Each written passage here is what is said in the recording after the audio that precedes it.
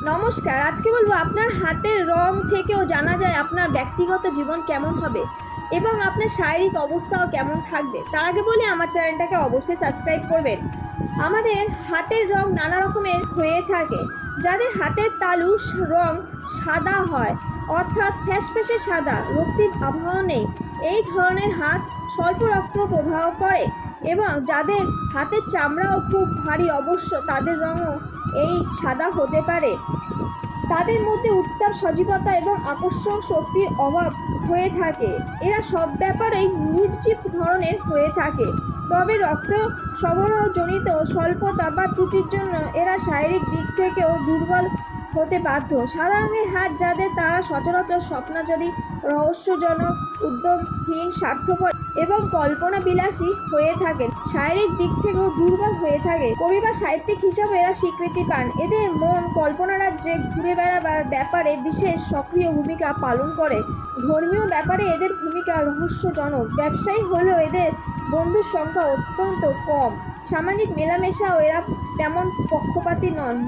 যাদের হাতের রং লালচে হয়, অর্থাৎ হাতের তালু স্বল্প রক্ত প্রবাহজনিত, এরা সাধারণত সজীব, উদ্যমযুক্ত এবং সতেজ। শারীরিক দিক থেকে এরা স্বাভাবিকভাবে সবল। রোগ ব্যাধি এদের সহজে কাবু করতে পারে না। এরা উজ্জ্বল, আকর্ষণীয় ব্যক্তিত্ব সম্পন্ন এবং ভালোবাসার ক্ষেত্রেও স্বাভাবিক, উত্তাপযুক্ত। এরা আশাবাদী, তাই জীবনকে এরা বোঝা মনে করেন না। এরা সহৃদয়, উদার এবং সহানুভূতিশীল এবং অপরের দুঃখ কষ্টে বিচলিত হয়ে থাকেন। এরা অপরের উৎসাহিত করেন, অনুপ্রাণিত করেন, হতাশা ছাড়েন না। লালচে রং যে কোনো গ্রহ প্রবাহীন ব্যক্তির ক্ষেত্রে উত্তম বিবেচিত হয়ে থাকে। যদিও শনি এবং চন্দ্র প্রবাহীন ব্যক্তির ক্ষেত্রে হাতের তালু সাদা ও পিত রঙের স্বাভাবিক, সেক্ষেত্রেও হাতের রং লালচে হওয়ায় তাদের নির্জীবতা এবং বিষণ্ণতার মধ্যে হঠাৎই আলোর ঝলকানি সূচিত হতে পারে। জীবন সম্বন্ধে তাদের হতাশা অনেকাংশই দূর হতে পারে। যে কোনো দৃষ্টিভঙ্গিতেই দেখা যায় এদের হাতের রং লালচে শুভকর হয়ে থাকে। হাতের রং যদি লাল হয়, হাতের তালুর রং যদি লাল হয়, তবে তা অতিরিক্ত রক্ত প্রবাহ, অতিরিক্ত উত্তাপ, অতিরিক্ত জীবনী শক্তি ও দৈহিক শক্তি সূচিত করে। লাল বলতে লালচে রং না, টকটকে লালের কথাই বলা হচ্ছে। মঙ্গল প্রবাহীন ব্যক্তির ক্ষেত্রে হাতের তালুর রং স্বাভাবিক। বৃহস্পতি, রবি বা শুক্র প্রবাহীন ব্যক্তির ক্ষেত্রেও তেমন অস্বাভাবিক নয়। তবে অতিরিক্ত যে কোনো কিছুই আবার কোনো দিক থেকে অশুভ ইঙ্গিত দেয়, একথা সর্বদাই মনে রাখা উচিত। যাদের হাতের তালুর রং লাল, তাদের দৈহিক শক্তি বেশি হয় স্বাভাবিক এবং তারা অপেক্ষাকৃত বেশি সতেজ ও সজীব হয়ে থাকে। এরা বেশি খাটতেও পারে।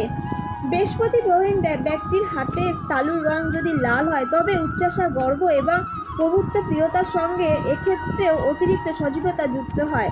রবি প্রবাহীন ব্যক্তির হাতের তালুর রং যদি লাল হয়, তবে তা প্রতিভা বিকাশ ক্ষেত্রে উদ্যমী হয়। শুক্র প্রবীণ ব্যক্তির হাতের তালুর রং যদি লাল হয়, তবে ব্যক্তিটি অতিরিক্ত কামবেগ সম্পূর্ণ হয়ে থাকে। হাতের তালুর রং যদি হলুদ হয়, শনি প্রবাহীন ব্যক্তিগত হাতের তালুর রং হলুদ হতে পারে। বুধ প্রবাহীন ব্যক্তির হাতের তালুর রঙও অংশবিশেষ হলুদ হতে পারে। যাদের হাতে তালুর রং হলুদ, তারা বৃহস্পতি প্রবাহীন ব্যক্তি হলেও তারা কম বেশি বিষাদগ্রস্ত এবং হতাশার শিকার অবশ্যই হয়ে থাকে।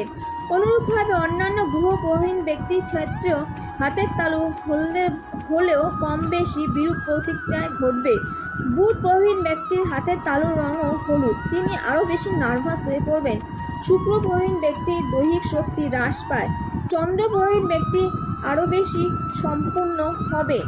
মঙ্গল প্রবীণ ব্যক্তির হাতের তালুর রং যদি হলুদ হয়, তাদের সহ্য করা মুশকিল হয়ে পড়ে।